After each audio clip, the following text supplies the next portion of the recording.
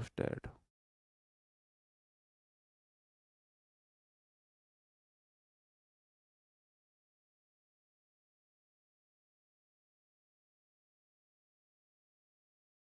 नमस्कार दोस्तों, मैं आपका साथी विपिन भाटी आप सभी का स्वागत करता हूं आज के अपने सेशन में, जो कि होने वाला है मेरे भाई आपका एक बिल्कुल न्यू चैप्टर जिसका नाम है वर्ब एडवांस। थोड़ा अच्छा चैप्टर है, थोड़ा कंफ्यूजिंग भी है। इस चैप्टर को आप बिल्कुल स्किप नहीं कर सकते हो। अगर आपको अच्छी इंग्लिश सीखनी है तो ये चैप्टर आपके लिए कंपलसरी है, मैंडेटरी है। बहुत सारे डाउट आपके, बहुत बहुत सारे डाउट ग्रामर के ये चैप्टर दूर करने वाला है। अगर मैं ये बोलूँ कि मैं आपको कुछ बातें ही नहीं इसमें सिखाऊँगा, पुरानी जितनी बातें हैं, जो मैंने आपको वर्ब टेंस में पढ़ाई, जो मैंने आपको सब्जेक्ट वर्ब एग्रीमेंट में कुछ बातें पढ़ाई, एडजेक्टिव में पढ़ाई, एडवर्ब में पढ़ाई, उन सब का मैं जो डाउट आपके उन सब को मिलके बने थे, इस चैप्टर के थ्रू मैं वो सब डाउट भी आपके क्लियर करने वाला हूँ। तो बताओ कितना अच्छा चैप्टर है ये? फिर तो एक बढ़िया चैप्टर बन जाता है ना ये। तो काफ़ी इम्पोर्टेंट चैप्टर है और यहाँ से क्वेश्चन आते हैं तो मोस्टली स्टूडेंट गलत करते हैं। अब आप देख लो किस तरीके का ये चैप्टर हमारा रहने वाला है। मिनिमम 2 क्लास और मैक्सिमम 3 क्लासेस में हम इस चैप्टर को 3 से 4, अगर मैं इसी में मॉडल्स पढ़ाऊँगा तो 4-5 क्लास भी जा सकती हैं। अगर मैं मॉडल्स अलग चैप्टर बना के पढ़ाऊँगा तो फिर 3 क्लास में हमारे चैप्टर 2 से 3 क्लास में ख़त्म हो जाना चाहिए। कैसे हैं भाई आप सब लोग? उम्मीद करता हूँ एकदम बढ़िया होंगे। 2 दिन बाद आपसे मुलाकात हो रही है। अपने सपनों के लिए मेहनत कर रहे होंगे। इस आशा के साथ अपना सेशन शुरू करते हैं। एक थंब अप ये कंफर्म करने के लिए कि हाँ जी ऑडियो विजुअल ठीक है। चलो। क्या?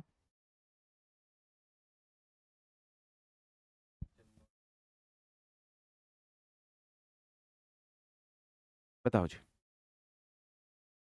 बताओ भाई। ऑडियो विजुअल सब ठीक है? चलो। पहला ही मेरा क्वेश्चन है, वर्ब है क्या? What is verb? What do you mean by verb? Definition बनाने को आप 10 डेफिनेशन बना सकते हैं। मैंने बोला था हमें डेफिनेशन की तरफ नहीं जाना है, हमें अंडरस्टैंडिंग की तरफ जाना है। क्योंकि मेरे टीचर ने मुझे रटाया था, नाउन इज द नाम ऑफ अ पर्सन, प्लेस और a thing. Pronoun is a word that is used in place of a noun to avoid the repetition of noun. ऐसे मैंने रटा हुआ था। मुझे यही नहीं पता था इसका मीनिंग क्या है ना? तो उस दिशा में हमें नहीं जाना है कि मैं रट लूं। हम सिंपल सिंपल चीजों से समझेंगे। वर्ब यह सब्जेक्ट का एक्शन बताता है भाई। क्या क्या? ये सब्जेक्ट के लिए आती है, सब्जेक्ट का एक्शन बताती है, सब्जेक्ट क्या एक्शन कर रहा है, सब्जेक्ट की स्टेट बताता है, सब्जेक्ट किस अवस्था में है, सब्जेक्ट का पोजीशन दिखाता है, सब्जेक्ट के पास क्या है, इनको बताता है। Is tell us about the subject, what is doing the subject, the state of a subject, the position of a subject. ठीक है?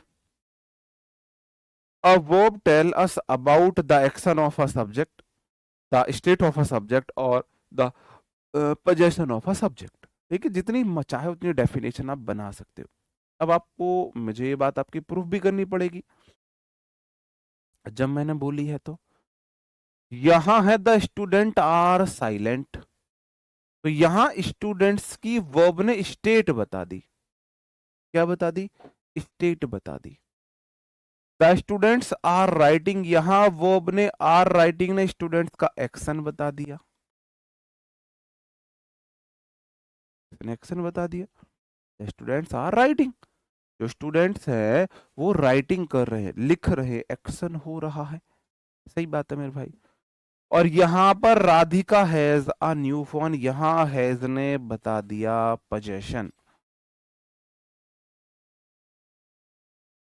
अंडरस्टूड? मैंने 3 बात बोली।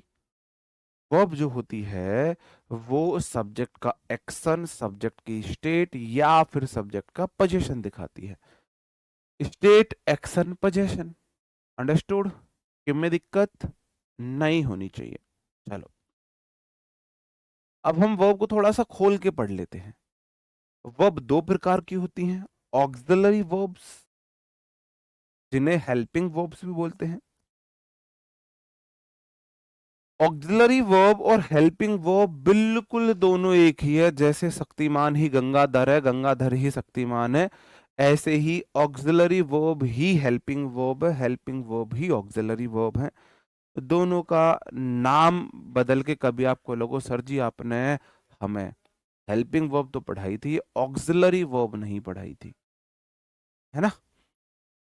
तो हेल्पिंग वर्ब ही ऑक्सिलरी वर्ब है, दोनों एक ही हैं, ठीक है। दूसरी होती है मेन वर्ब।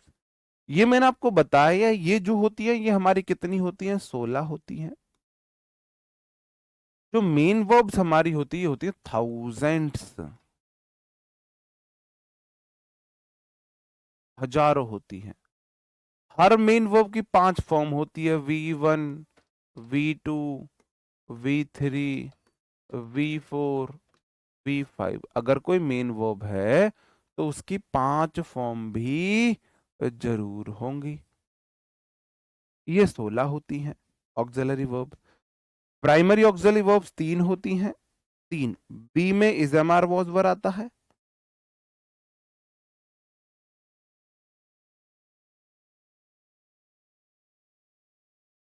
डू में डू डस डिड आता है, और तीसरी हैव होती है, हैव में हैज हैव हैड आता है।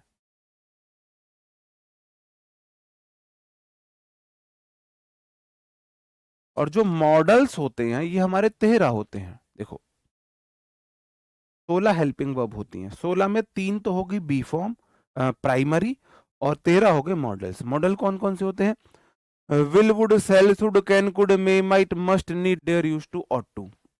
Will would shall should can could may might must need dare use to ought to. अब अगर ये हेल्पिंग वर्ब्स आई हैं तो इनके साथ मेन वर्ब आती है। ये सब मैं आपको पढ़ा चुका हूं। किस हेल्पिंग वर्ब के बाद क्या मेन वर्ब आती है, क्या मैंने आपको नहीं पढ़ाया है।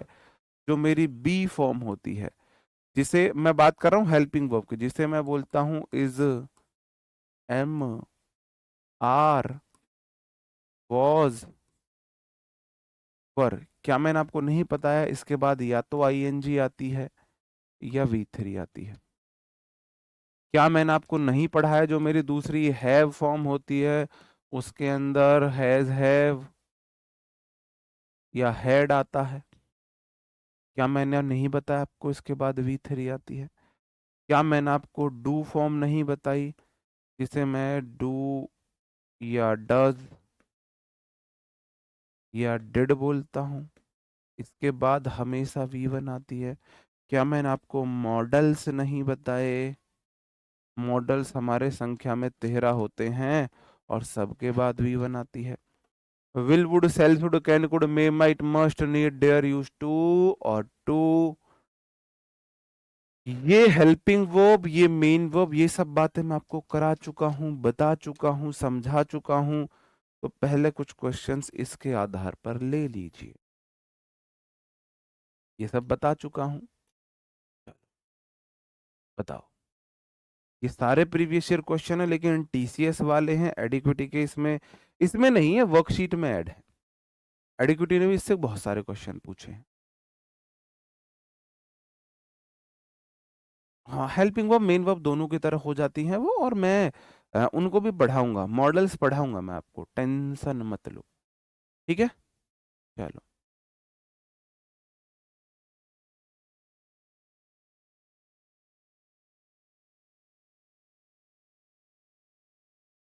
अंडरस्टूड। बताओ।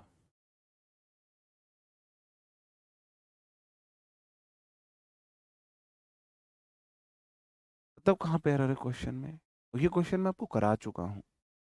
ये वो क्वेश्चन है जो मैं आपको खुद अपने हाथों से करा चुका हूँ ऑलरेडी। आप बोलोगे जी मैं नहीं बोला, मुझे चाहिए प्लूरल नाउन, तो फॉर्म्स प्लूरल नाउन है।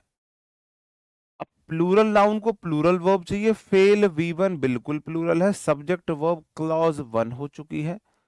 बिकॉज हमारा क्या होता है, क्लॉज होता है, कंजंक्शन होता है, ये दो क्लॉज को जोड़ता है।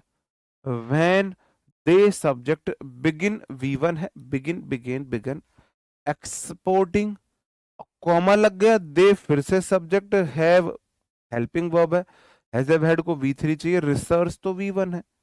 हैव नॉट के बाद V3 आनी चाहिए, रिसर्च आना चाहिए।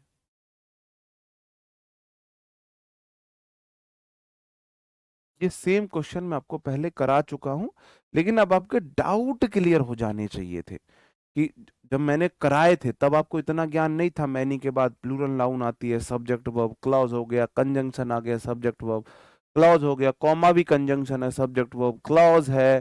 ठीक है, तो आपको तब इतना ज्ञान नहीं था, अब आपको इतना ज्ञान है। चलो, मैंने वही बात बोला, हैज हैव हैड के बाद V3 आएगी, V1 नहीं आएगा। Please do not disturb to me as I am reading a book. बताओ कहाँ पे एरर है। आप बोलोगे प्लीज डू डज डिड के बाद हमेशा V1 आती है, डिस्टर्ब में ऐसे लग के ये तो V5 बन गई। ये गलत है, डिस्टर्ब से नहीं आएगा, डिस्टर्ब आएगा। बात समझन में आई? ऐसा तो नहीं है मैंने कुछ नया पढ़ाया है, जो अब तक पढ़ाया लगभग उसी का रिवीजन करा रहा हूं। नेक्स्ट आ जाता है हमारा, we have discussing all the known mechanism of physical growth. We plural subject, have plural verb, have helping verb अगर है तो इसके बाद हमेशा V3 आएगी। ये तो V4 है, डिस्कसिंग कभी नहीं आएगा, डिस्कस्ड आएगा।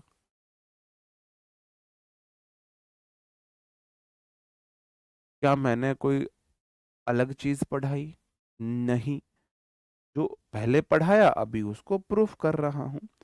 माई हस्बैंड वॉज वर्क। माई बोला है मुझे चाहिए नाउन, हस्बैंड कितने हस्बैंड? एक, कितने आदमी? एक सरदार। जैसी नाउन वैसा verb, singular subject singular verb, was verb बोला है मेरे बाद या तो आवे है ING और या आवे है V3। तो आई वेंट V2 पास्ट में है, सेंटेंस पास्ट में शुरू हुआ, पास्ट में चला। अब मुझे बताओ क्या आएगा, वर्किंग आएगा या वर्कड आएगा? अब मेरा डाउट आपसे ये है, अब डाउट इसलिए है क्योंकि मैं आपको वॉइस पढ़ा चुका हूं। बताओ, मैं आपको पढ़ा चुका हूं, अब मुझे बताओ वर्किंग आएगा या वर्कड आएगा? माई हस्बैंड वॉज वर्किंग या माई husband was worked?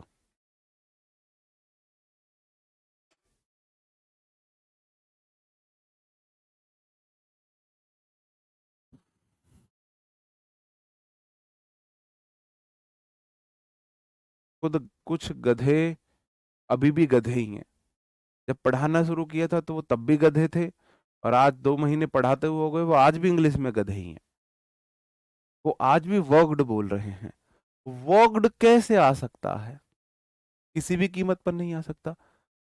A letter was written, a letter was written. बताओ, लेटर वॉज राइटिंग या लेटर वॉज रिटन? बताओ, क्या लेटर लिख सकता है? लेटर लिख नहीं सकता। लेटर वॉज राइटिंग नहीं होगा, लेटर वॉज रिटन। कि लेटर वॉज रिटन, पत्र लिखा गया। सब्जेक्ट ने, लेटर ने एक्शन नहीं किया, एक्शन हुआ रिटर्न होने का, लेटर ने रिसीव किया है, हम वहां लगाते हैं। अगर आप बोलोगे माई हस्बैंड वॉज वर्कड, मेरा हस्बैंड काम किया गया, क्या काम किया तुम्हारे हस्बैंड पे, क्या काम किया गया? माई हस्बैंड वॉज वर्किंग, मेरे हस्बैंड काम कर रहे थे। जो हस्बैंड है वो काम कर रहे थे बेचारे, झाड़ू पोछा लगा रहे थे हस्बैंड, आटा गूंथ रहे थे, आपके बर्तन साफ कर रहे थे, आयरन कर रहे थे कपड़ों पे। तुम शॉपिंग के लिए निकल रहे, बेचारे अपने ऑफिस का काम कर रहे थे, कुछ भी कर रहे थे। कितना बढ़िया किया, देखो कितनी लकी है ये, कितना अनलकी हस्बैंड है। हस्बैंड काम कर रहा था और तुम शॉपिंग निकल गए। हस्बैंड काम कर रहे थे, तुम शॉपिंग के लिए निकल गए। V2 was verb plus V3। समझे? तो यहाँ पर वर्किंग आएगा, वर्कड नहीं आ सकता। कितनी बार समझाऊं मैं ये बात? You are invited to build a better community by planting a seed of peace within and a tree outside.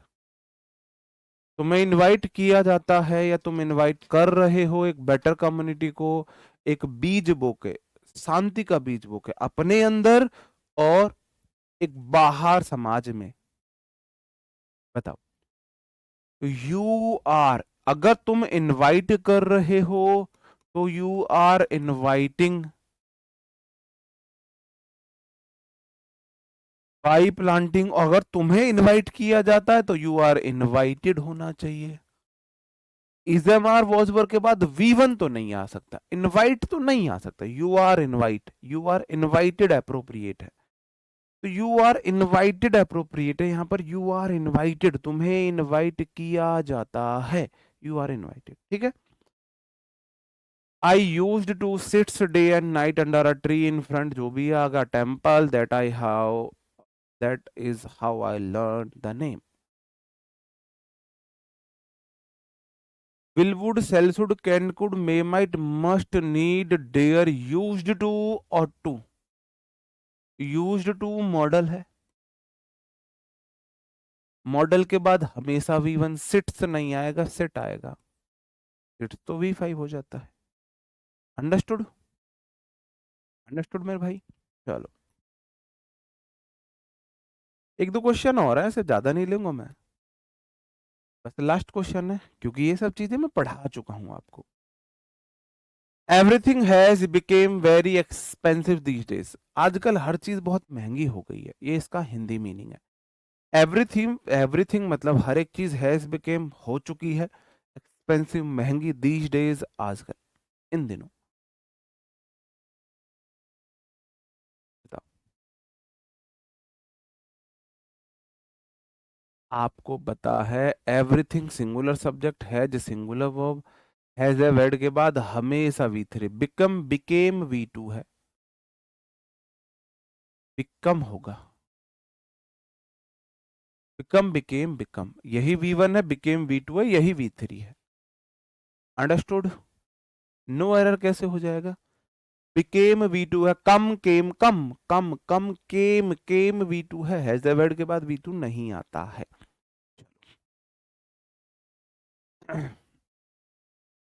ये मैंने आपको पढ़ा दिया है। अब मैं थोड़ा सा चला जाता हूं उस तरफ जहां मैं अब आपको बताने वाला हूं क्या,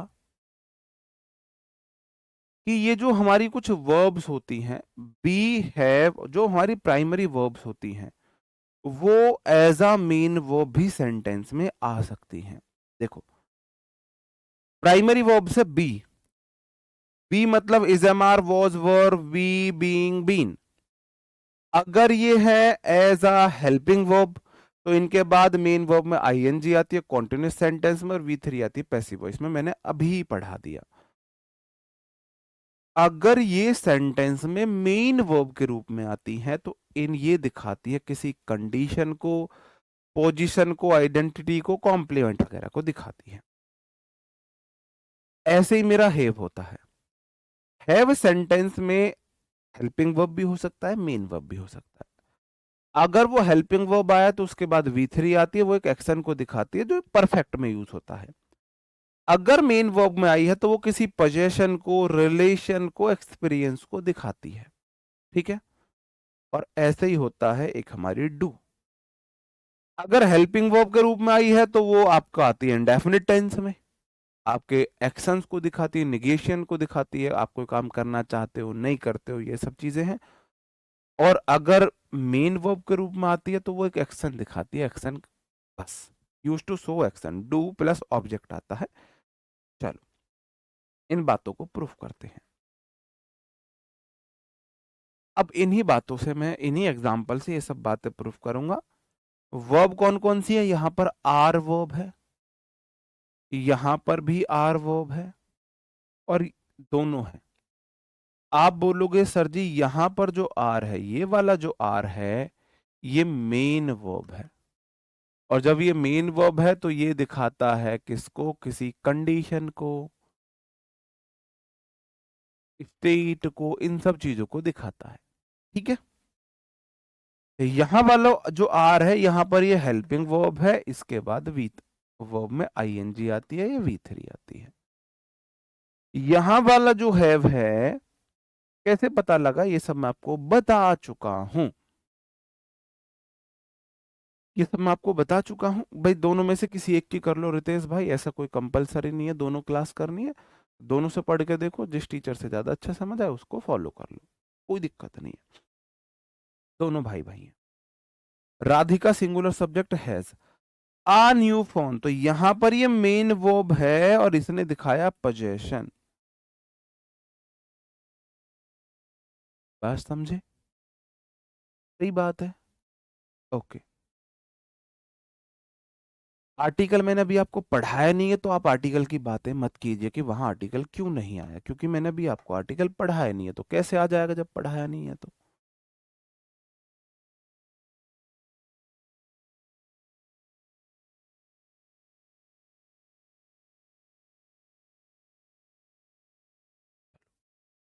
Radhika has been selected for the exam, यहां वाला जो हैज है, यहां वाला हैज मेरे भाई हेल्पिंग वर्ब है,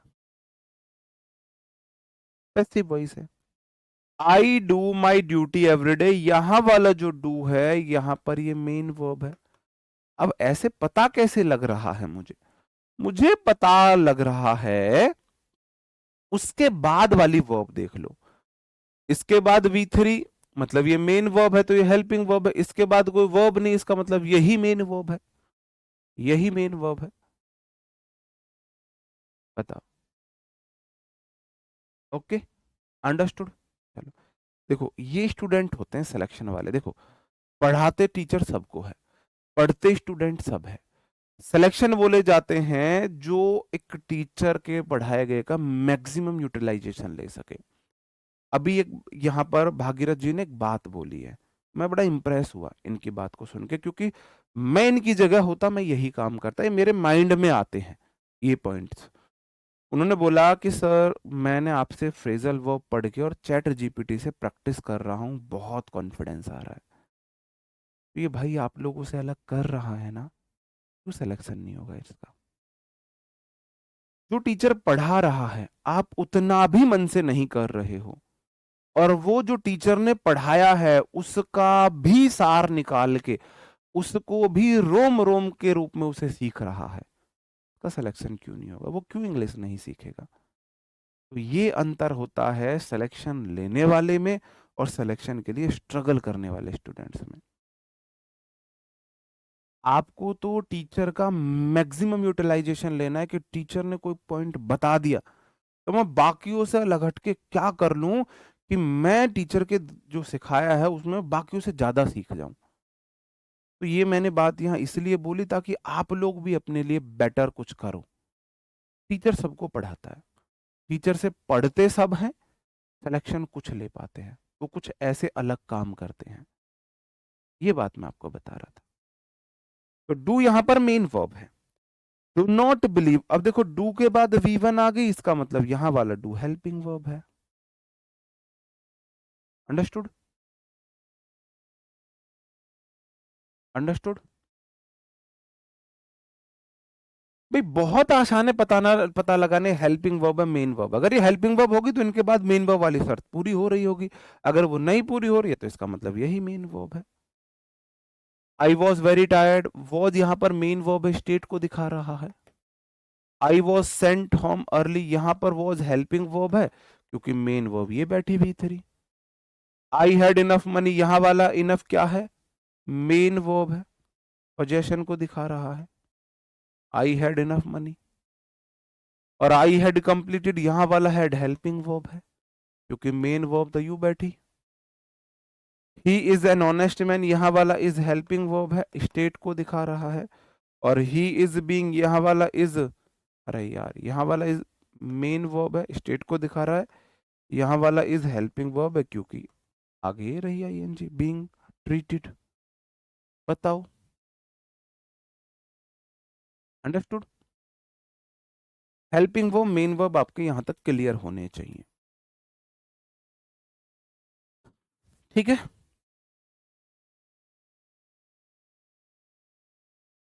अब मैं आ जाऊं इधर। अब जो मैंने अभी तक आपको पढ़ाया, मैंने ये पढ़ाया वर्ब्स का क्लासिफिकेशन। ऑक्सिलरी होती है, मेन वर्ब होती है। ऑक्सिलरी प्राइमरी होती है और मॉडल्स होती है। मॉडल्स हमेशा हेल्पिंग वर्ब होते हैं, मॉडल्स मेन वर्ब नहीं बन सकते। मॉडल्स के बाद V1 आता है, हैज हैव हैड के बाद V3 आता है, डू डज डिड के बाद V1 आता है, और इन सब के बाद या तो ING आती है या V3 आती है। ये सब बातें पता ही। ये मेरी मेन वर्ब भी हो सकती है, हेल्पिंग वर्ब भी हो सकती है। हेल्पिंग वर्ब है तो इनके बाद क्या क्या आता है। मेन वर्ब है तो ये फिर किस रूप में आ रही, मेन वर्ब का मीनिंग होता है। ये याद रखना, हेल्पिंग वर्ब का अपना कोई मीनिंग नहीं होता है, मेन वर्ब का अपना एक मीनिंग होता है। तो जब जब ये मेन वर्ब थी मैंने मीनिंग बता दिया, ये पोजेशन दिखा रहा है, ये एक्शन हुआ दिखा रहा है, ये स्टेट को दिखा रहा है, ये सब मैंने दिखाया। अब मैं इधर आ जाता हूं। वर्ब की दिल जड़ धड़कन जान सब कुछ जो है ये है। मेन वर्ब दो प्रकार की होती है, फाइनाइट नॉन फाइनाइट। जो हमारी मेन वर्ब होती हैं वो दो प्रकार की होती है, एक होती है फाइनाइट वर्ब्स, एक नॉन फाइनाइट होती है। मेन वर्ब दो प्रकार की होती है, एक होती है फाइनाइट्स, एक नॉन फाइनाइट्स। फाइनाइट्स भी दो प्रकार की होती है, ट्रांजिटिव, इंट्रांजिटिव। और नॉन फाइनाइट तीन प्रकार की होती है, इन्फिनिटिव, जेरेंड और पार्टिसिपल। अभी पहले मैं आपको यहां सारी बता देता हूं। जो ट्रांजिटिव वर्ब होते हैं उन्हें बोलते हैं सहकर्मक, सहकर्मक क्रियाएं। और इंट्रांजिटिव को बोलते हैं अकर्मक। किस किसने हिंदी पढ़ी है तो उसको अकर्मक और सहकर्मक क्रियाएं पता होंगी। तुम में से किसी ने हिंदी वाली व्याकरण पढ़ी है? बताओ मुझे, पढ़ी है?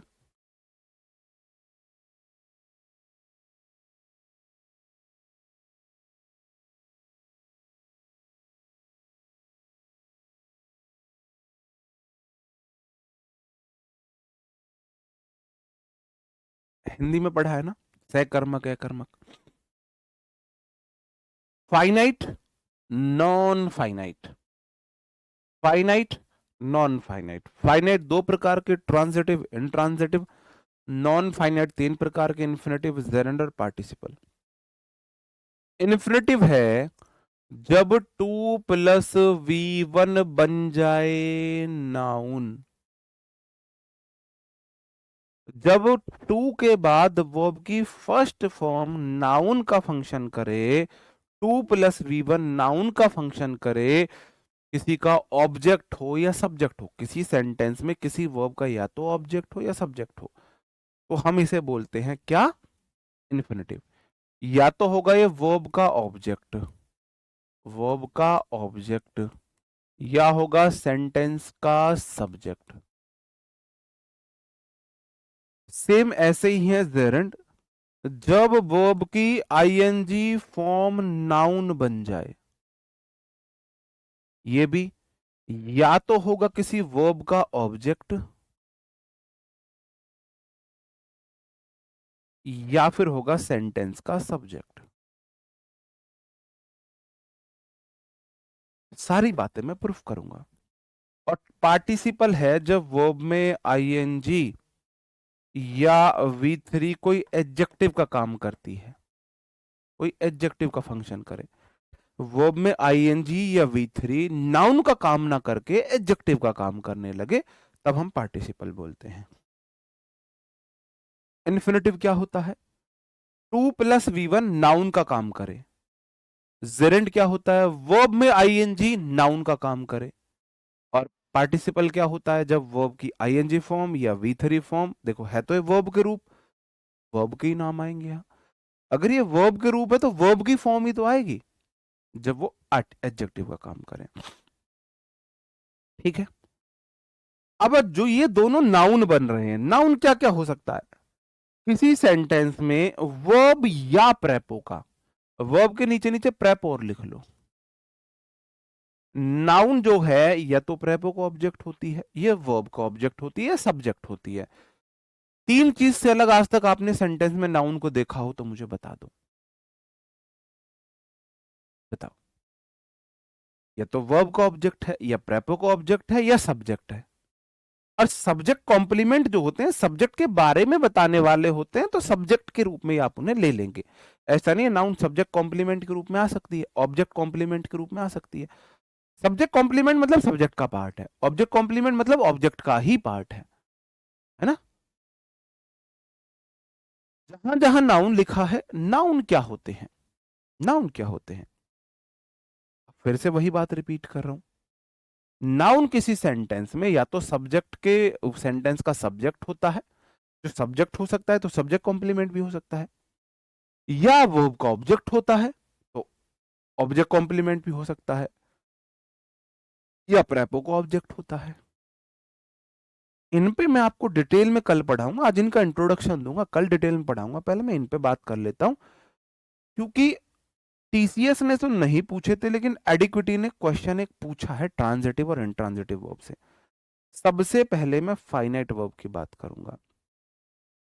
फाइनाइट वर्ब है आज की दुनिया के मतलबी लोग।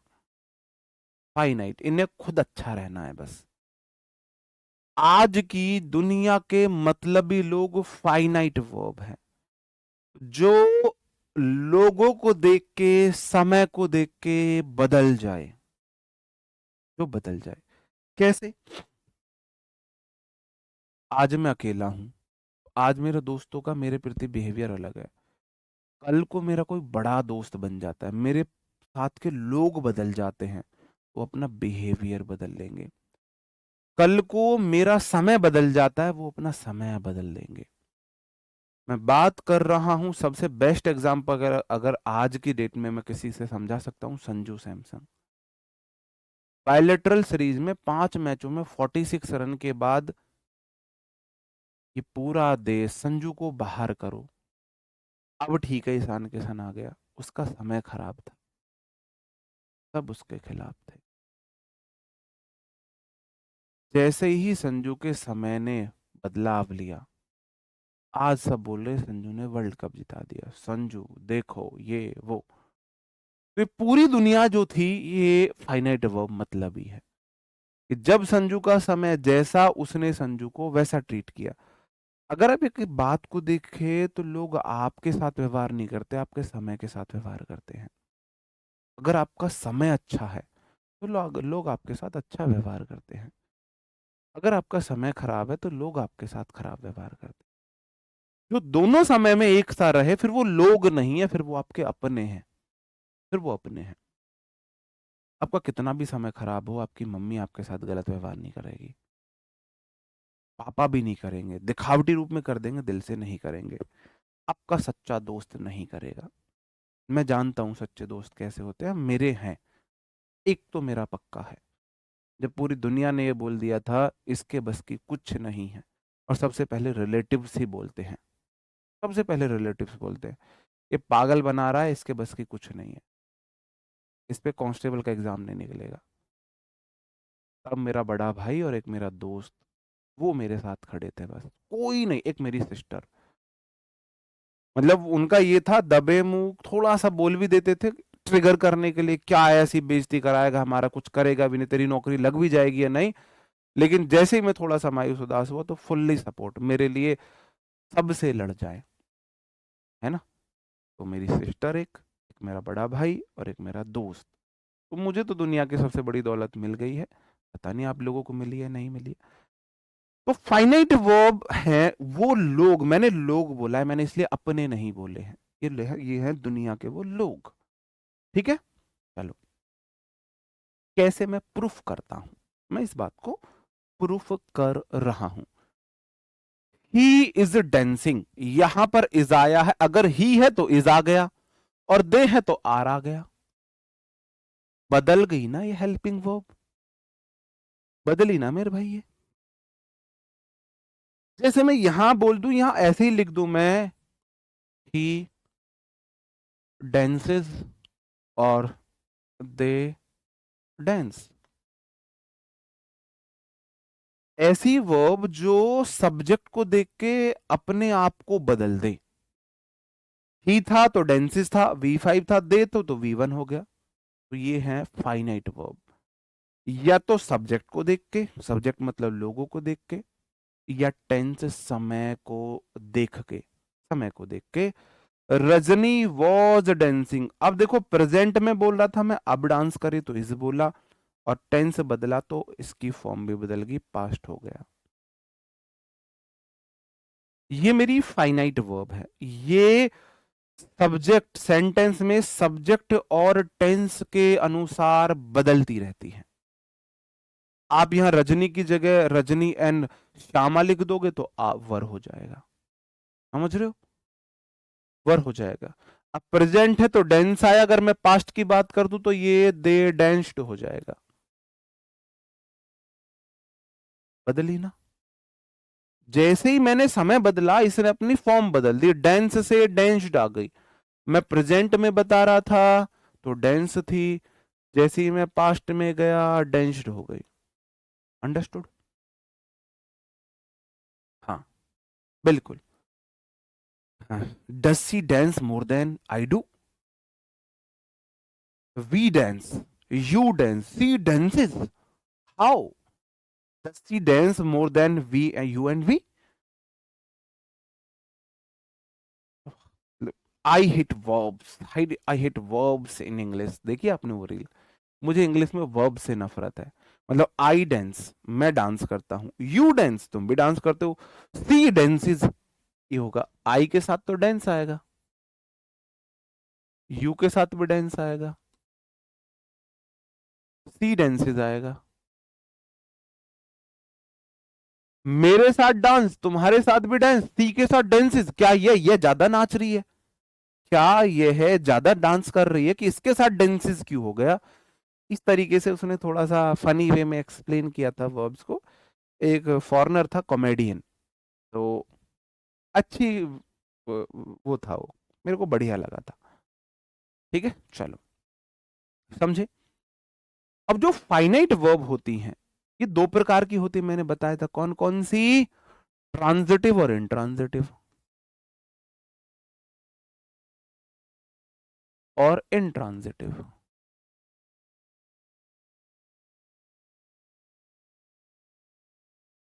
भाई आपको पता होना चाहिए, यहां से क्वेश्चन आए ना आए लेकिन आपको पता तो होना चाहिए कि भाई ट्रांजिटिव वर्ब्स क्या होती है, इंट्रांजिटिव क्या होती है, फाइनाइट क्या होती है, नॉन फाइनाइट क्या होती है। अब से पूछ ले भाई ये फाइनाइट वर्ब क्या चक्कर है, फाइनाइट टाइम क्यों दिया है भाई साहब, ये फाइन अच्छा खाना पसंद करती हैं, आज इसके पास अच्छा खाना मिल रहा है, इसके पास है, कल उसके पास अच्छा मिलेगा, उसके पास चले जाएंगे, इन्हें अच्छा खाना पसंद है। फाइनाइट वर्ब्स को मैं ऐसे बोलता हूँ फाइनाइट, फाइन एट, अच्छा खाती हैं ये, इन्हें मतलब नहीं है। ठीक है, बता दिया। ये दो प्रकार की होती है, ट्रांजिटिव इंट्रांजिटिव। ट्रांजिटिव इंट्रांजिटिव दुनिया का सबसे आसान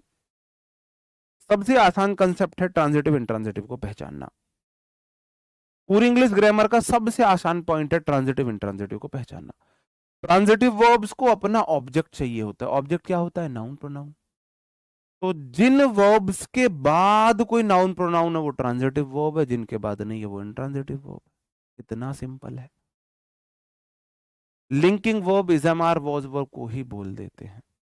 इजएमआर वॉज वर्ब को, is am are was verb, be, being, been, इनको लिंकिंग वर्ब भी बोल देते हैं। ठीक है, हाँ जी, ये सब्जेक्ट और टाइम के गुलाम है। कैसे? आई राइट, राइट क्या है? वर्ब। अगर जिस वर्ब को कोई ऑब्जेक्ट मिल जाए, ये क्या है? ऐसे, ऐसे एक नाउन है। जिस वर्ब को ऑब्जेक्ट मिल गया वो वर्ब ट्रांजिटिव हो गई।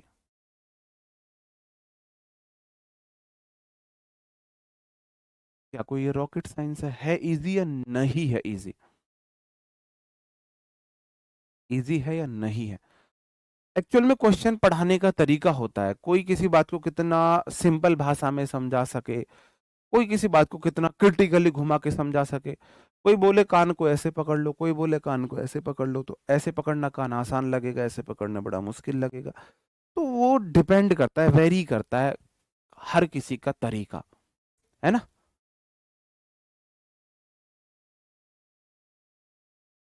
क्वेश्चन सारे बनेंगे, मैं क्वेश्चन आपको प्रैक्टिस कराऊंगा, सारे पीवाई क्यों होंगे, एक सिंपल क्वेश्चन अपने पास से नहीं लाऊंगा, सारे के सारे पीवाई क्यों होंगे, देखेंगे तुमसे कैसे नहीं बनेंगे। हम देखेंगे, हम बैठे हुए हैं, क्यों टेंशन ले रहे हो।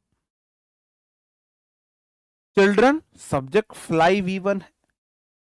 मतलब कहने का मतलब अगर वर्ब के बाद वट या वूम का आंसर मिल गया वो ट्रांजिटिव है। कैसे? आई राइट वट, आंसर मिला एस से, तो ट्रांजिटिव वर्ब है। चिल्ड्रन फ्लाई, फ्लाई वट, आप बोलोगे जी काइट्स, आंसर मिल गया। इसका मतलब दोनों रूप में से कैसे भी समझ लो, वर्ब को ऑब्जेक्ट मिल जाए ऐसे समझ लो, वर्ब के बाद वट या वूम का आंसर मिल जाए ऐसे समझ लो, वर्ब के बाद नाउन प्रोनाउन आ जाए ऐसे समझ लो, मर्जी तुम्हारी है।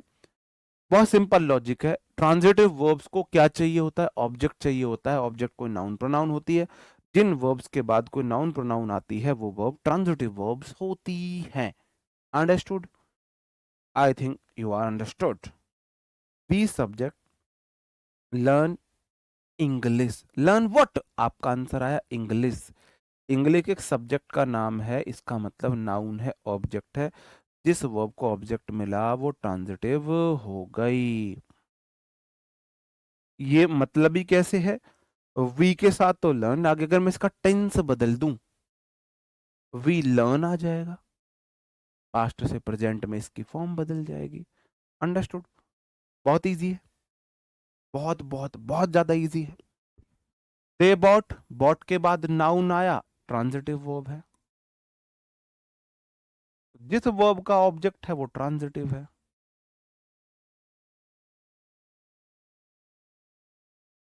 तरह ate the last slice of pizza, ate verb है, द लास्ट स्लाइस ऑब्जेक्ट मिल गया।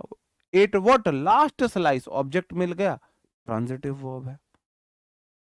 The author wrote, wrote what? A beautiful poem, verb के बाद कोई नाउन प्रोनाउन उसका ऑब्जेक्ट है, ट्रांजिटिव वर्ब है कि नहीं है? कहो हाँ, बोलो हाँ, कहो हाँ।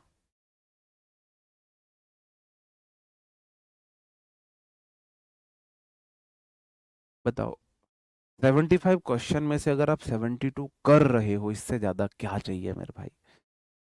इससे ज्यादा क्या चाहिए? देखो मैं सामने खड़ा हो रहा हूँ, अपनी पॉकेट से 10 रुपए निकालना, 11 और मेरे ऊपर कर उतार के और किसी को दे देना। अगर 75 में से 72 आप कर पा रहे हो, वो भी एडिक्विटी बेस्ड, एडिक्विटी बेस्ड थे वो सारे क्वेश्चन, एडिक्विटी में आए हुए थे। ये मैंने नीचे कर लिया अपना सिर, 10 रुपए उतार के मेरे भाई, और किसी कुत्ते उत्ते को खिला देना, जिससे कि ना मुझे नजर लगे और ना तुम्हें नजर लगे। बहुत अच्छा स्कोर है आपका, बहुत बढ़िया स्कोर है। ठीक है, तो मैं वही बोल रहा हूँ, मैं इसीलिए मैं थोड़ा सा वेट एंड वॉच में इसलिए हूँ, मुझे ये क्लियर हो जाए कि ये पेपर कराने वाला कौन है। फिर हम देखते हैं तुम्हारे सीपीओ निकलता है या सीडीएस निकल, सीपीओ नहीं सीडीएस भी निकलेगा इसी बैच से। भाई फाउंडेशन बैच है, 2 साल की वैलिडिटी है। इसमें भी अगर मैंने एडवांस लेवल तक नहीं पढ़ा है तो फिर पढ़ाऊंगा किस बैच में? ये तो बोलो, ये बोलो, सोच के देखो खुद ही। किसी भी टीचर से पढ़ते हो, मैच करके देख लेना कंटेंट किसने ज्यादा पढ़ा है, मतलब किसने ज्यादा डीप पढ़ाया है। किसने ज्यादा पढ़ाया का मतलब है कौन ज्यादा डीप पढ़ा रहा है, कौन ज्यादा रूल पढ़ा रहा है, कि कौन ज्यादा गहराई में डुबकी लगा रहा है। ठीक है, चलो, बहुत ज्यादा टाइम दूं क्या? रेड वर्ब है, वर्ब को ऑब्जेक्ट मिल गया तो ट्रांजिटिव वर्ब हो गई। क्लीन्ड वर्ब है, वर्ब को ऑब्जेक्ट मिल गया तो ट्रांजिटिव वर्ब हो गई। बिल्ड वर्ब है, वर्ब को ऑब्जेक्ट मिल गया, ट्रांजिटिव वर्ब हो गई। बहुत ज्यादा एक्सप्लेन करने की तो जरूरत नहीं है, आगे बढ़ूं? चलो, अब आ जाती है इनट्रांजिटिव वर्ब। इन लगा के ऑपोजिट बनाते हैं, एक्टिव, सक्रिय, इन लगा के ऑपोजिट बना दिया, है ना, इन लगा के ऑपोजिट बनाते हैं। तो इनट्रांजिटिव वर्ब्स क्या होंगी? ऐसी वर्ब्स जिन्हें अपने बाद ऑब्जेक्ट नहीं मिलता है, जिन्हें अपने बाद ऑब्जेक्ट नहीं चाहिए होता है। समय के अकॉर्डिंग बदल तो सकती हैं ये, टेंस के अकॉर्डिंग, सब्जेक्ट के अकॉर्डिंग बदल तो जाएंगे, लेकिन इन्हें ऑब्जेक्ट नहीं चाहिए। 90% of the verbs are both transitive and intransitive. जितनी हमारी वर्ब्स है, हजारों वर्ब्स है, उनमें से 90% वर्ब ट्रांजिटिव इंट्रांजिटिव दोनों होती, 95% वर्ब ट्रांजिटिव इंट्रांजिटिव दोनों ही होती हैं। ये टीचिंग एग्जाम्स में ज्यादा पूछी जाती है। वर्ड्स है, फ्लाई, पक्षी उड़े, क्या उड़े, fly what, birds fly what, verb के बाद वट का आंसर ढूंढो, बर्ड्स फ्लाई वट, आंसर ही नहीं मिला। या तो ऐसे देख लो, जब वर्ब के बाद वट या टू वूम का आंसर ना मिले, इंट्रांजिटिव वर्ब है। या दूसरा तरीका ये है, अगर वर्ब के बाद कोई नाउन प्रोनाउन नहीं है तो वो इंट्रांजिटिव वर्ब है। सी स्लेप्ट,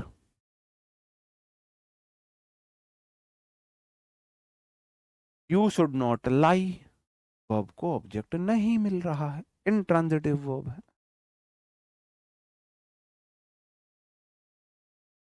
बताओ इससे इजी क्या होगा,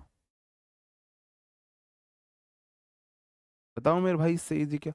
ये फाइनाइट वर्ब कैसे हैं, अगर यहां शुड आया है तो V1 आई है, अगर यहां हैव आ जाता तो V3 हो जाती। ये ट्रांजिटिव वर्ब का फाइनाइट वर्ब है। मतलब आप ऐसे देखो, अगर मैं टेंस बदल दूं तो क्या ये बदलेगी, नहीं बदलेगी, बदलेगी जी। टेंस बदलने पर बदल जाएगी, मतलब कि फाइनाइट वर्ब है। अगर मैं सब्जेक्ट बदलू बदल जाएगी, हाँ बदल जाएगी, मतलब फाइनाइट वर्ब है। सब्जेक्ट बदलू बदल जाएगी। ठीक है, चलो जी। मैं तो डे वन से बोलते आ रहा हूं, हिंदी से ज्यादा इजी इंग्लिश है। मुझे ये बताओ, ये जो यहाँ पर दो वर्ब हैं, क्या ये ट्रांजिटिव हैं या इंट्रांजिटिव है। वोकैब भी कराएंगे अल्फाबेटिकली, वो सब देखते हैं। वोकैब अल्फाबेटिकली नहीं हो सकती है। आप इडियम्स फ्रेज अल्फाबेटिकली कर सकते हो, आप वन वर्ड अल्फाबेटिकली कर सकते हो, आप साइनो एंटो अल्फाबेटिकली नहीं कर सकते हो, क्योंकि एक ही साइनो में बहुत सारे, एक वर्ड में बहुत सारे साइनो बता दिए। मैं ऐसे थोड़ी ना देखूंगा, आज मैं ए वाले, सिर्फ ए वाले साइनो देखूंगा, वो पॉसिबल नहीं है। ध्यान से बताओ, the baby cried for the milk transitive है इनट्रांजिटिव है, लगाओ अपना दिमाग।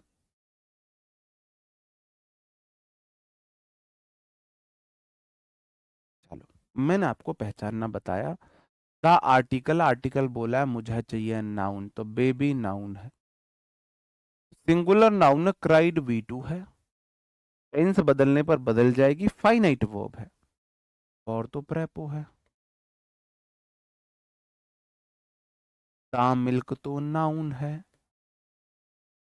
प्रेपो के बाद नाउन उसका ऑब्जेक्ट होता है। इंग्लिश लैंग्वेज में ऑब्जेक्ट या तो नाउन के होते हैं या वर्ब के, प्रेपो के होते हैं या तो या वर्ब के होते हैं। तो यहां क्या वर्ब को ऑब्जेक्ट मिला, ये जो ऑब्जेक्ट है ये प्रेपो का है या वर्ब का है। मैंने बोला था अगर वर्ब को ऑब्जेक्ट मिलता है तो वर्ब ट्रांजिटिव होती है, ये वर्ब का ऑब्जेक्ट नहीं है, ये प्रेपो का ऑब्जेक्ट था, तो ये इंट्रांजिटिव है।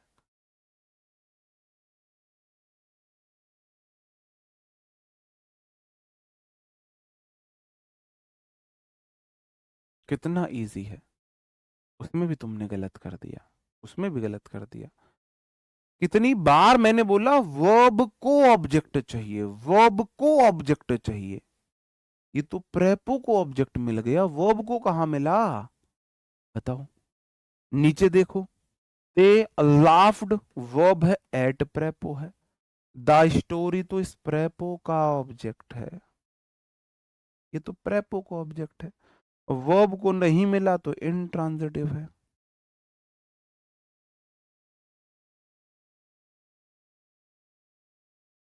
आज समझन में आई, आई कि नहीं आई, ठीक है। तो ट्रांजिटिव इंट्रांजिटिव का खेल यहां पर खत्म हो जाता है आपका। ये वाला क्वेश्चन बता दो,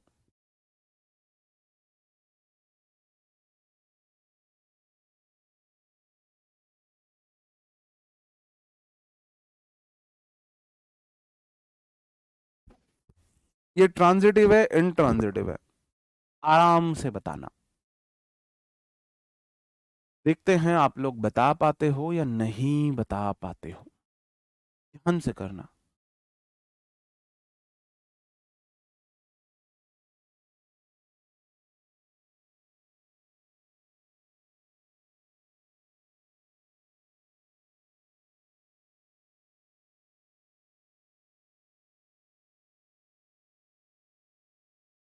ये मैं बोल रहा हूं भाई, वर्ब को ऑब्जेक्ट चाहिए।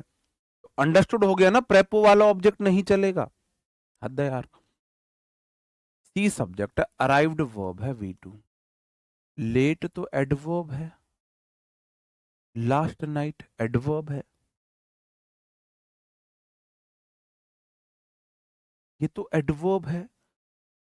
इस वर्ब को कोई नाउन ऑब्जेक्ट मिला ही नहीं, ये इंट्रांजिटिव वर्ब है।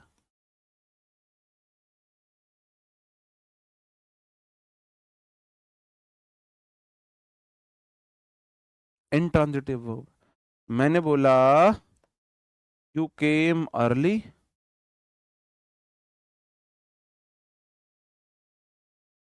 In the meeting.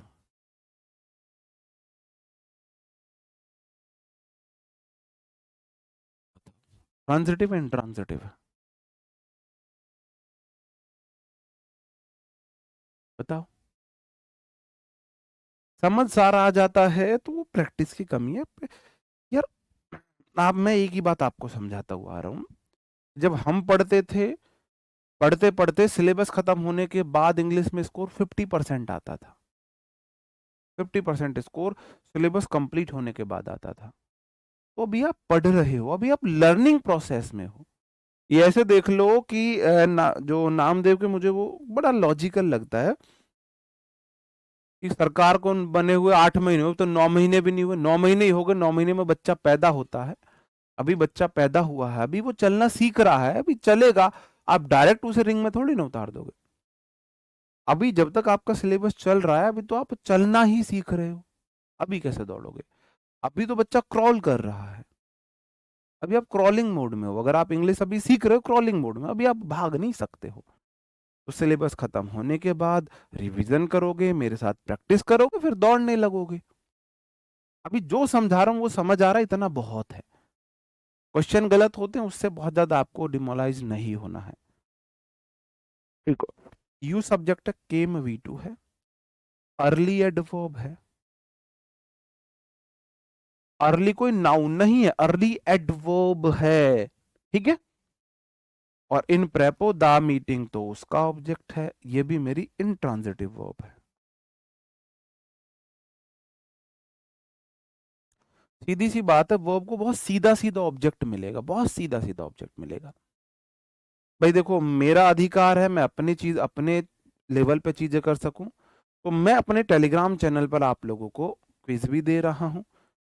जो पढ़ाया उसका क्विज भी मिल रहा है, मिक्स क्विज भी मिल रहा है, वोकैब की चीजें भी मिल रही है। मैं अपनी पर्सनल लेवल पर चीज आपके लिए बेटर कर सकता हूं, वो मैं कर रहा हूं। ठीक है। इंट्रांजिटिव ट्रांजिटिव मैंने आपको पढ़ा दिया। इधर वाला कलेश खत्म है। इधर वाले कलेश को मैं खत्म मान लूं। भाई मैंने आपको टेंस में बता दिया मेन वर्ब कहाँ कैसे आएगी, हेल्पिंग वर्ब के साथ बता दिया। फाइनाइट वर्ब क्या होती है, क्यों बोलते हैं, वो बता दिया। ट्रांजिटिव इन ट्रांजिटिव बता दिया, ये बता दिया। इधर का कलेश खत्म मान लो भाई, इधर का कलेश खत्म मान लो। ये अब वर्ब एडवांस तो इधर शुरू होगा। अब अभी इंट्रोडक्शन ही चल रहा है, बेसिक चल रहा है। क्या मैं इधर का कलेश खत्म मान लूं? भाई इसे रिप्लाई कर देना, मुझे आइडिया नहीं है तो मैं इसलिए नहीं कर पा रहा रिप्लाई। इधर का कलेश खत्म है ना, बताओ।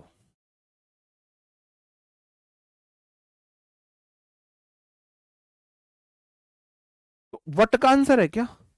वट या हु का you, you arrived what. When का आंसर है when. How when where adverb का आंसर देते हैं। हाउ वेन वेयर एडवर्ब का आंसर देते हैं। वर्ड फंक्शन कैसे कर रहा है? नीतू गुड़िया हंसो मत।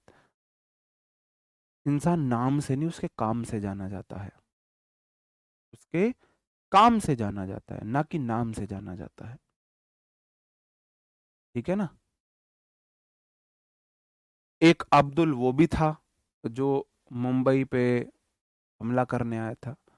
और एक अब्दुल, हमारे एपीजे अब्दुल कलाम आजाद जी भी थे, जिन्होंने देश के लिए क्या किया। नाम तो दोनों का अब्दुल था, नाम तो दोनों का, तो नाम से नहीं, काम कौन क्या कर रहा है। ऐसी नाउन जो नाइट है वो एडवर्ब है वहां पर, तो वर्ड अपने नाम से नहीं अपने काम से जाना जाएगा, वो काम किस रूप में कर रहा है। ठीक है, नहीं एक से ज्यादा एडवर्ब आ सकते हैं ना यहाँ पर, तो लेट एडवर्ब ही है, अर्ली, लास्ट नाइट, हाँ लेट एडवर्ब है। अब मैं इस तरफ मूव कर रहा हूं, सबसे पहले मैं इन्फिनेटिव की तरफ आता हूं। नॉन फाइनाइट वर्ब, जो पहले नॉन फाइनाइट वर्ब की मैं आपको डेफिनेशन दे दूं, ठीक है। ये टेंस या सब्जेक्ट के अनुसार अपना रूप नहीं बदलते। नॉन फाइनाइट, ये भाई नॉन फाइनक अच्छा खाना नहीं चाहिए, ये दुखम सुखम के साथी हैं।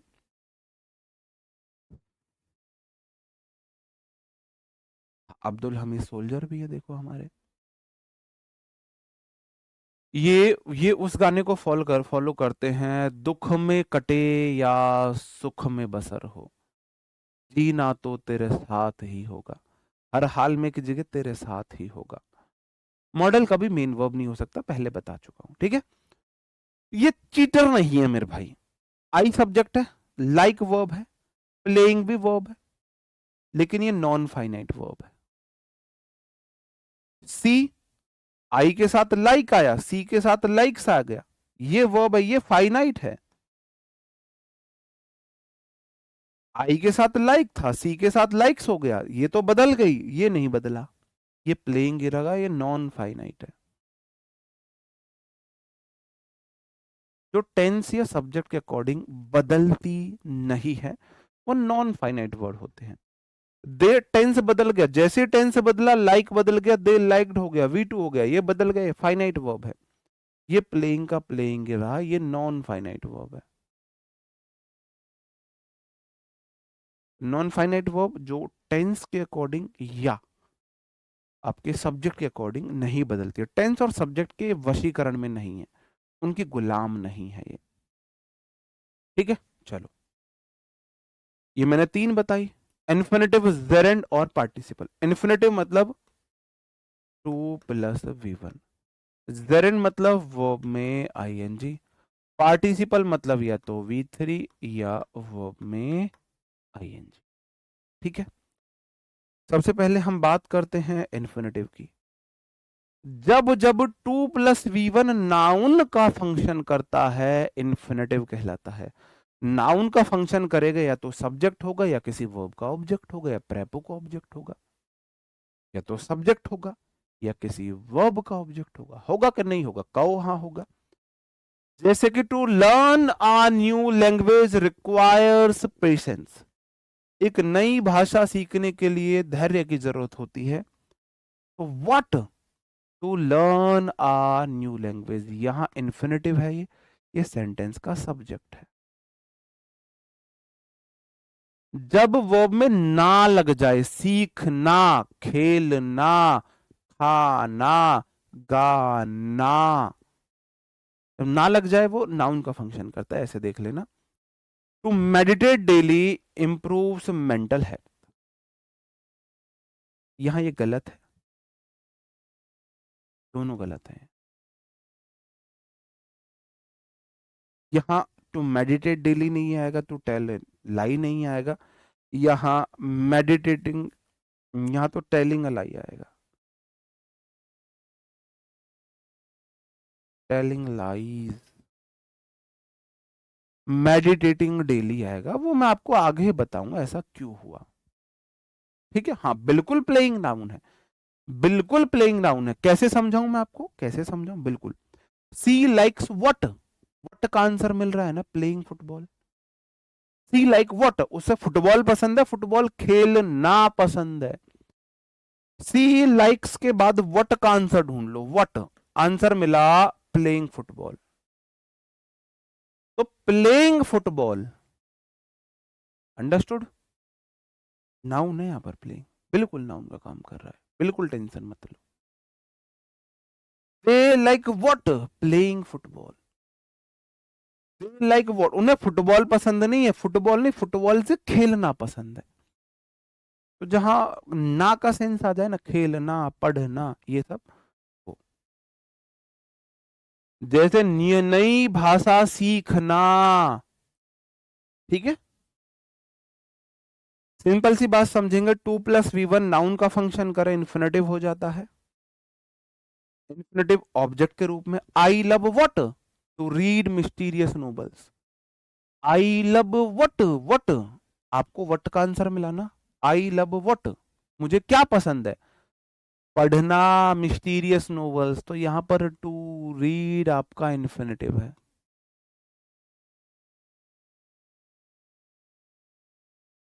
सी wants what, to become, infinitive है।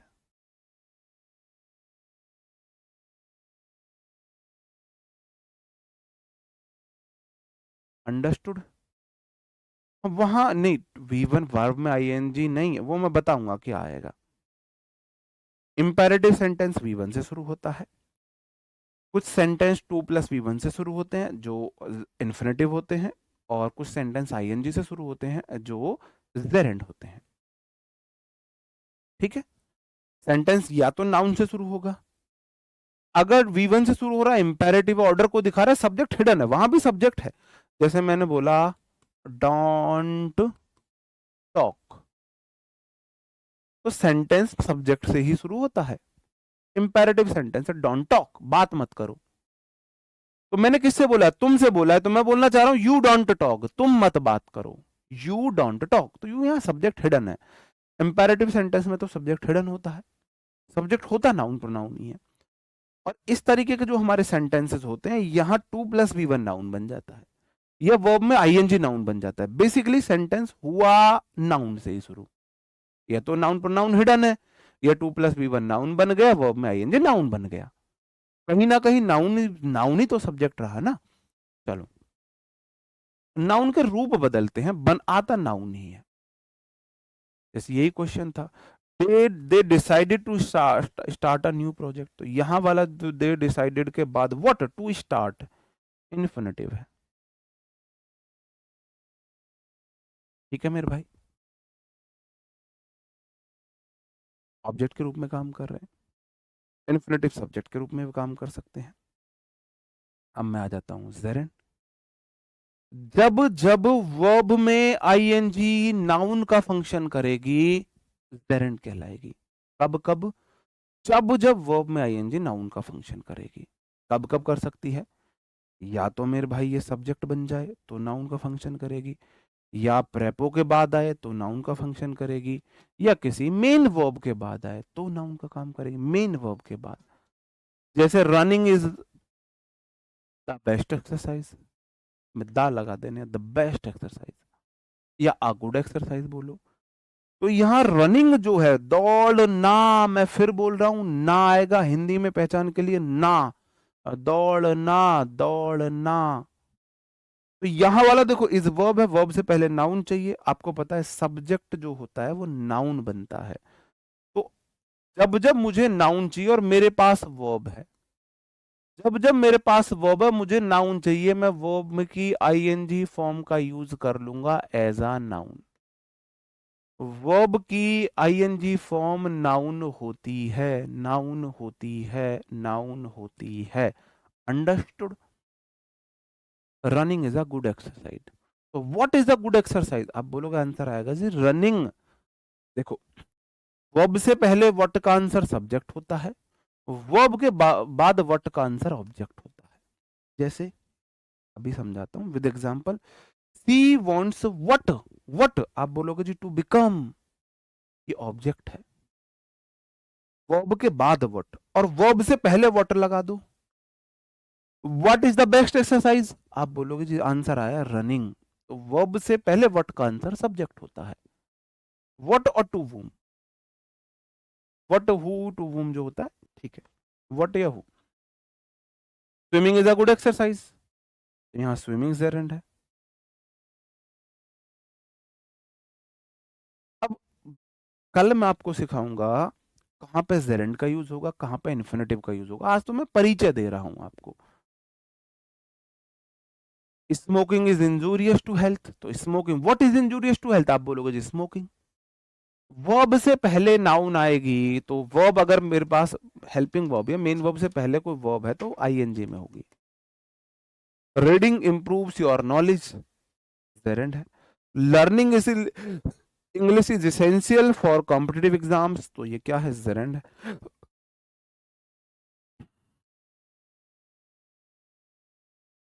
अब बहुत सिंपल भाषा में समझो आप, टिपिकल डेफिनेशन में मत फंसो, इनके नामों को देख के मत घबराइए, ठीक है। जो मैंने अभी पढ़ा है वो समझ आया।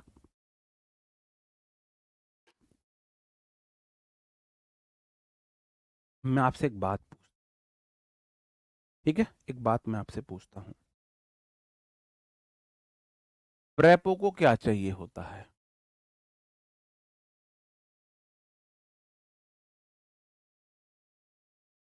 आप जवाब दोगे इस बात को, प्रेपो को क्या चाहिए होता है। प्रेपो को चाहिए होता है ऑब्जेक्ट। क्या चाहिए होता है, ऑब्जेक्ट। प्रेपोजिशन के बाद उसका ऑब्जेक्ट आता है, अंडरस्टूड है। ऑब्जेक्ट क्या क्या होता है, ऑब्जेक्ट होता है या तो होती है कोई नाउन या होती है कोई प्रोनाउन। अब मेरे पास ना तो नाउन है ना प्रोनाउन है, सबके आंसर है प्रेपो को ऑब्जेक्ट चाहिए होता है। ऑब्जेक्ट क्या होता है, या तो कोई नाउन होती है या प्रोनाउन होती है। अब मेरे पास ना तो नाउन है ना प्रोनाउन है, मेरे पास वर्ब है। क्या वर्ब नाउन बन सकती है, बताओ मुझे, क्या वर्ब नाउन बन सकती है। सर जी, ना तो V1 नाउन बन सके, ना V2 नाउन बन सके, ना V3 नाउन बन सके।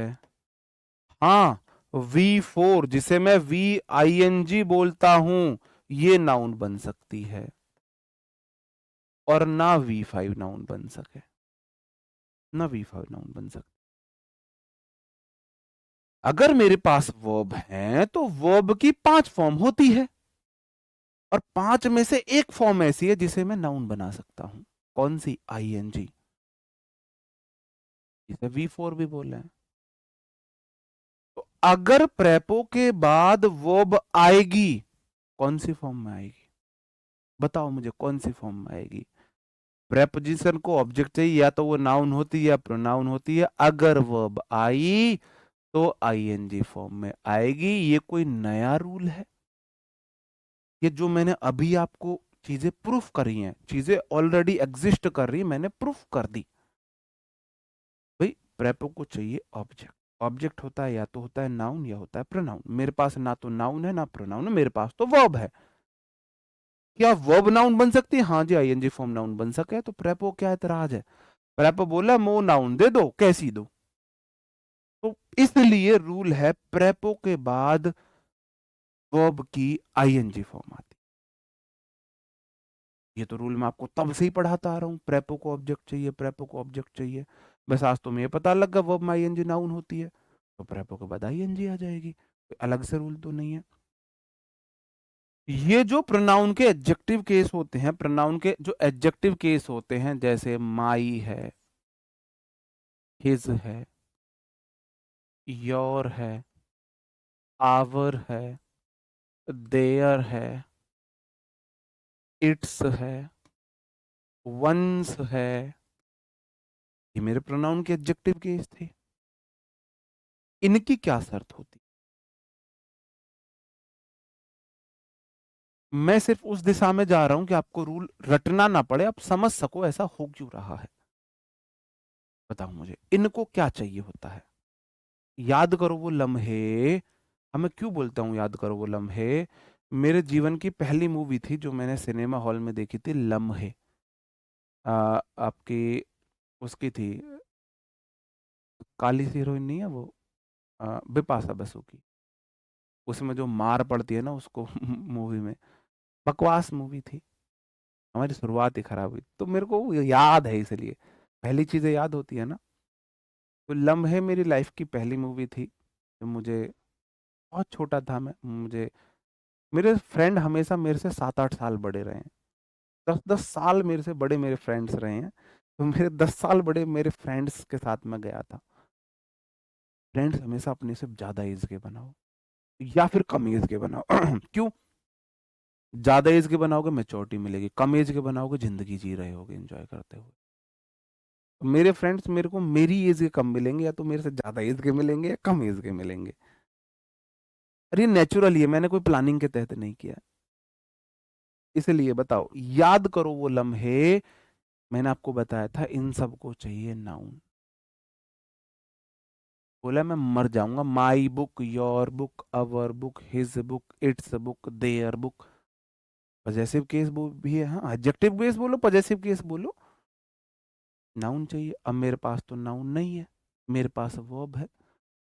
तो बताओ इनके बाद क्या होगा? मेरे पास वर्ब है तो क्या मैं आईएनजी फॉर्म ले सकता हूं इनके बाद?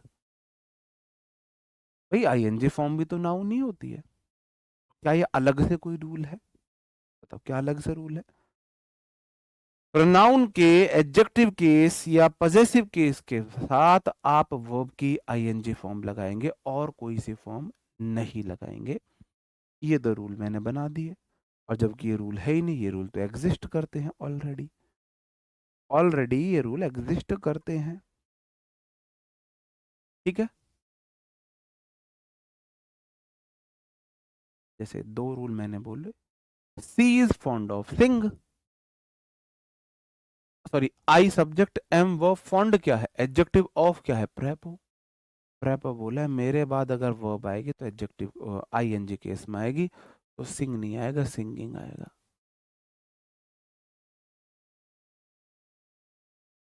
रवि इज टायर्ड ऑफ क्या है? प्रेपो। प्रेपो बोला है मेरे बाद वर्ब आएगी तो वी वन नहीं आएगी, आईएनजी आएगी, आर्ग्यूइंग आएगा, आर्ग्यूइंग विद हर।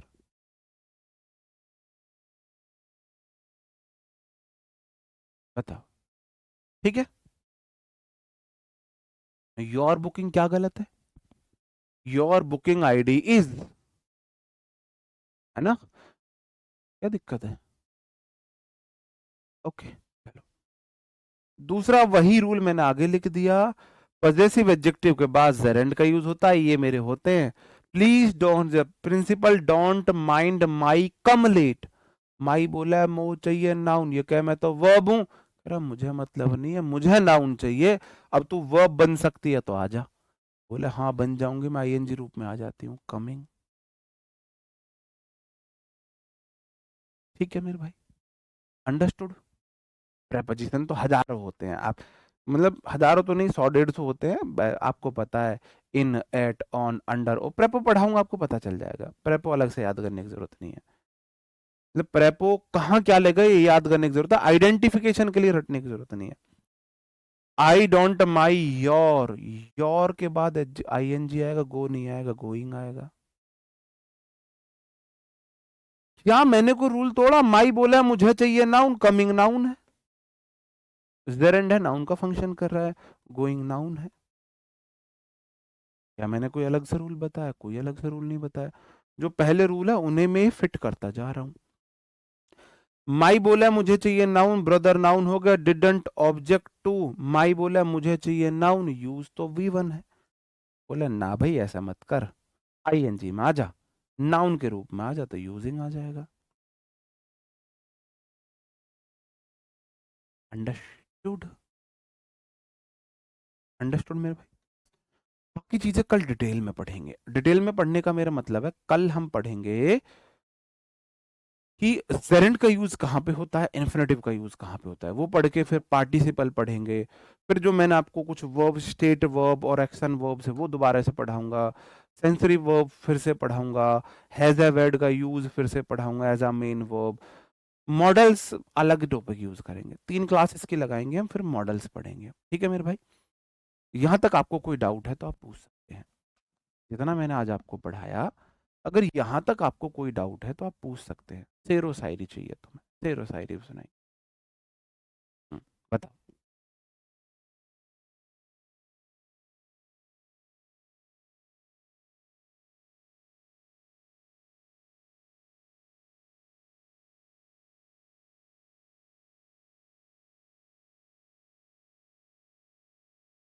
बताओ भाई।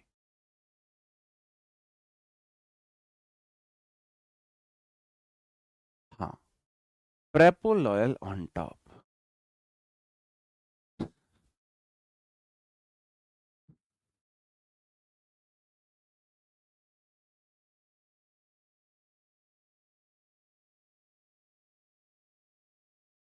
रिवीजन यार, जितना आपको टाइम मिले पढ़ते रहो।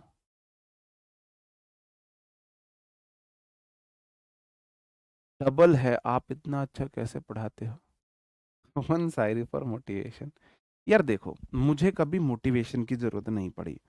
उसके पीछे का रीजन मेरी परिस्थितियां ही मेरा मोटिवेशन थी। अगर आपको मुझे ये पता था कि मेरे घर का क्या होगा अगर मेरी नौकरी नहीं लगी, तो मुझे आउटर मोटिवेशन की जरूरत ही नहीं पड़ी। मुझे डिसिप्लिन में रहने की जरूरत पड़ी। तो जब भी मैं लो फील करता था तो मेरे पास बुक होती थी। जैसे मैं आपको बुक के नाम बताऊं, टाइम इज मनी, है ना, सक्सेस इज योर्स, ऐसे करके। और एक था, एक बुक थी, जैसे मैंने उस टाइम पे बुक पढ़ी थी, मैं सच बताऊं तो एटॉमिक हैबिट मैंने उस टाइम पे पढ़ी थी।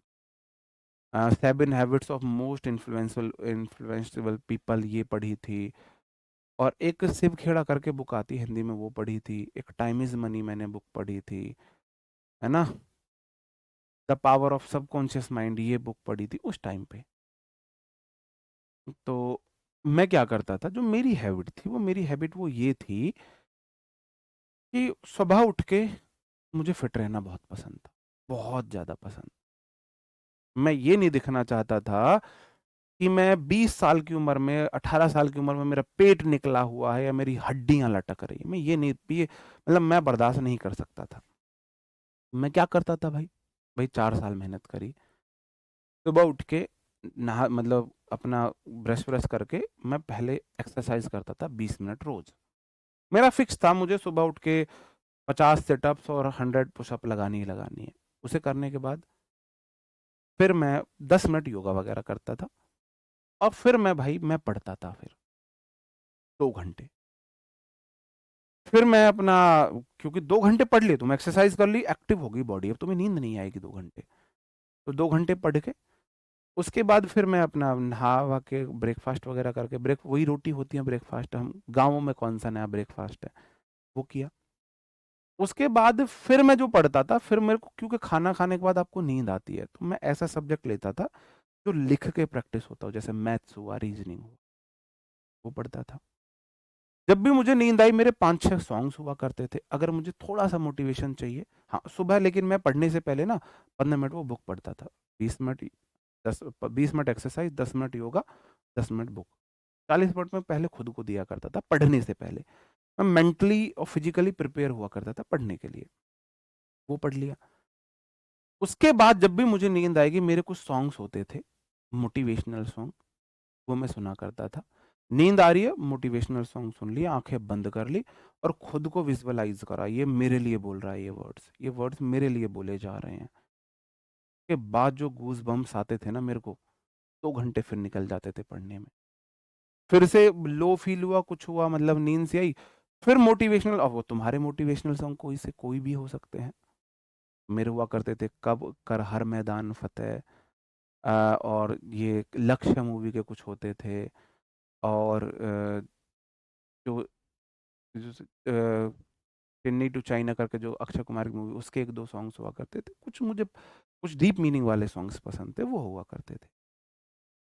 तो मोटिवेशन की तो मुझे जरूरत नहीं पड़ी, डिसिप्लिन में रहने की जरूरत पड़ी। तो डिसिप्लिन में रहने के लिए मेरा ये हुआ करता था, जब भी नींद आ रही है, अब मेरा टाइम टेबल है, मुझे सोना है 1 से 2:30, तो मैं 1 से 2:30 नहीं सोऊंगा। अगर उससे पहले मुझे नींद आ रही है, तो मैंने एक 5 मिनट का सॉन्ग सुन लिया, आंखें बंद करके विजुअलाइज किया, ये मेरे लिए बोल रहा है, वर्ड्स में बोली गई बातें मेरे लिए हैं। ऐसे विजुअलाइज करता था, गूज बम्स आ जाते थे, ऐसा लगता था फाड़ दूंगा अब तो मैं बुक को। 1.5-2 घंटा फिर निकल गया पढ़ने में। मतलब जो टाइम टेबल मैंने बना लिया, उस टाइम टेबल को फॉलो करने के लिए मैं डिसिप्लिन रहता था। मुझे आउटर मोटिवेशन की जरूरत नहीं पड़ती थी, डिसिप्लिन में रहने की जरूरत पड़ती थी। ठीक है। बाकी खुद पे भरो, उसको मैं इंजॉय करता था। मैं आज भी बोलता हूँ, मैंने अपनी स्ट्रगलिंग टाइम को इंजॉय किया है। जो अपने स्ट्रगलिंग टाइम को एंजॉय करता है, इसका मतलब उसे अपनी क्षमताओं पर शक नहीं, उसे ये पता है मैं अपना समय अपने परिवार का समय बदल दूंगा। और जो उस टाइम पे घबराया हुआ है, डरा हुआ है, इसका मतलब उसे अपनी क्षमताओं पर शक है। बाकी थोड़ा मैं वैसी शायरी सुन लिया करता था, तो शायरी आपको मेरी वैसी मिलेंगी। जैसे जॉन एलिया साहब की एक शायरी मुझे बहुत पसंद थी, बहुत, मतलब बोलते हैं ना, वो शायरी मुझे इतनी ज़्यादा पसंद थी कि मैं उसे बहुत वो करता था। कि शायरी वैसे थी, वो आए मेरी कब्र पर अपने हम सफ़र के साथ, कौन कहता है दफनाने के बाद जलाए नहीं जाते। मतलब मुर्दे जलाए नहीं, ऐसे है वो कि वो आए मेरी कब्र पर अपने हम सफ़र के साथ, वो आए मेरी कब्र पर अपने हम सफ़र के साथ, कौन कहता है दफनाने के बाद मुर्दे जलाए नहीं। जॉनी लिया साहब की बड़ी, मतलब उनकी मेरे को बहुत पसंद हुआ करती थी, है ना। तो अब मेरे को आप शायरी देखोगे तो मेरे पे ऐसी ही शायरी मिलेंगी, मेरे पे वो निब्बे निब्बा वाली शायरी नहीं आती भाई। क्लियर है। यहाँ से कोई डाउट? अब देखो आपके ये सारे क्वेश्चंस के मैंने रिप्लाई इसलिए करे कि मैं तब से आप मैं पढ़ा रहा था और आप ये सब क्वेश्चंस पूछ रहे थे। और मैं इसलिए हमेशा बोलता हूँ जब पढ़ा रहा हूँ पढ़ने पे फोकस करो, बाद में मैं आपके सारी चीजें बता दूंगा। सर आप ये आपके लगातार, सर आप कब पढ़ते थे, कैसे मोटिवेट रहते थे, क्या आपकी हैबिट रहती थी, तो मैं तब से इसलिए इन बातों को अपना कंट्रोल में रख के कि पहले पढ़ा लूँ, मैं क्लास के लास्ट में ये सब बातें आपको बता दूंगा। क्योंकि हर कोई इंटरेस्टेड नहीं होता है आपकी अदर जो टॉपिक से हट के बातें उन्हें सुनने के लिए। तो बाद में वो बातें कर लो जो जिसके इंटरेस्ट की है, वो रुक जाएगा, वरना नहीं रुकेगा, नहीं रुकेगा। ठीक है मेरे भाई, चलो। बिल्कुल, ये सपने में एग्जाम जो देते हैं ना, इन्हें मैं लिख के दे सकता हूँ, मैं लिख के जहां बोलो ना वहां लिख के दे सकता हूँ, इन्हें सफलता से कोई नहीं रोक सकता। क्योंकि मेरे साथ ऐसी चीजें होती थी। मेरे साथ कैसी चीजें होती थी मैं आपको बताऊं, कि मैं इंग्लिश पढ़ रहा हूँ तो सपने में मैं वोकैब का रिवीजन कर रहा हूँ, ट्रिक बना रहा हूँ, मैं मैथ सॉल्व कर रहा हूँ। मैं सपने में, मेरी ये स्थिति होती थी, मेरी एक गलत आदत थी, एग्जाम से एक दिन पहले मुझे नींद नहीं आती थी, नींद नहीं आती, पता नहीं मैं कितनी कोशिश कर लूं नींद नहीं आती थी। ये मेरी गलत, मैं इतना ओवर कॉन्शियस हो जाता था, गलत आदत है ये। क्योंकि एग्जाम से एक दिन पहले मुझे, मैं टाइम से पहुंच गया नहीं पहुंचा, मेरा एग्जाम सही हुआ नहीं हुआ, तो उन चीजों ने मेरे को बहुत पीछे खींचा। लेकिन जब एक एग्जाम निकल गया ना, फिर वो चीजें माइंड से निकल गई। मतलब जब मेहनत करके पढ़ के एग्जाम कर रहा था तो आता हुआ 20% गलत हो जाते थे सिलेक्शन से, वो रिजल्ट नहीं मिलता था। एक जॉब लगी ना, फिर मन में आ गया जॉब तो लग गई, अब कोई टेंशन नहीं है। तो 6-6 महीने बिना पढ़े कोई एग्जाम दिए, उसमें रैंक आ रही थी। 6-6 महीने बिना पढ़े, पढ़ नहीं रहे हो आप, आपका सिलेक्शन हो गया, आप मस्त हो, ठीक है, जॉब पे हो, एग्जाम देने चले गए, दूसरा ऐसे ही चलो यार दे आते हैं एग्जाम, रैंक आ गई। क्योंकि अब माइंड पे प्रेशर नहीं है, इसका मतलब नॉलेज तो पहले ज्यादा थी, मेच्योरिटी अब आई है। तो इसलिए भाई नॉलेज के साथ साथ एग्जाम के लिए मेच्योरिटी आना बहुत जरूरी है। इसलिए मैं बोलता हूँ जब तक एग्जाम की तैयारी कर रहे हो, अब तक सोचो रैंक लानी है, ऐसे पढ़ो। और जिस दिन एडमिट कार्ड आ जाए एग्जाम देना, उस दिन खुद से बात करना कि ज्यादा से ज्यादा 0 मार्क्स आ जाएंगे, माइनस में तो आ जाएंगे, मुझे कुछ नहीं पता, मुझे फ्री होकर एग्जाम देना है। ये मेंटेलिटी अगर आपने एक्सेप्ट कर ली, तो आपसे आते हुए क्वेश्चन गलत नहीं होंगे, बेफालतू का प्रेशर आप अपने ऊपर क्रिएट नहीं करोगे। ये चीज मैंने फील करी है। ओके, चलो, ठीक है मेरे भाई, मिलते हैं आपसे कल नए सेशन में। कोई बात बुरी लगी उसके लिए सॉरी है। कल तक के लिए bye bye, thank you, take care. अपने सपनों के लिए लड़ते रहें, अपने सपनों के लिए स्ट्रगल करते रहें, स्ट्रगल बहुत अच्छा है, इसे निगेटिव मत लो। ठीक है मेरे भाई, bye bye, thank you, take care, Jai Hind.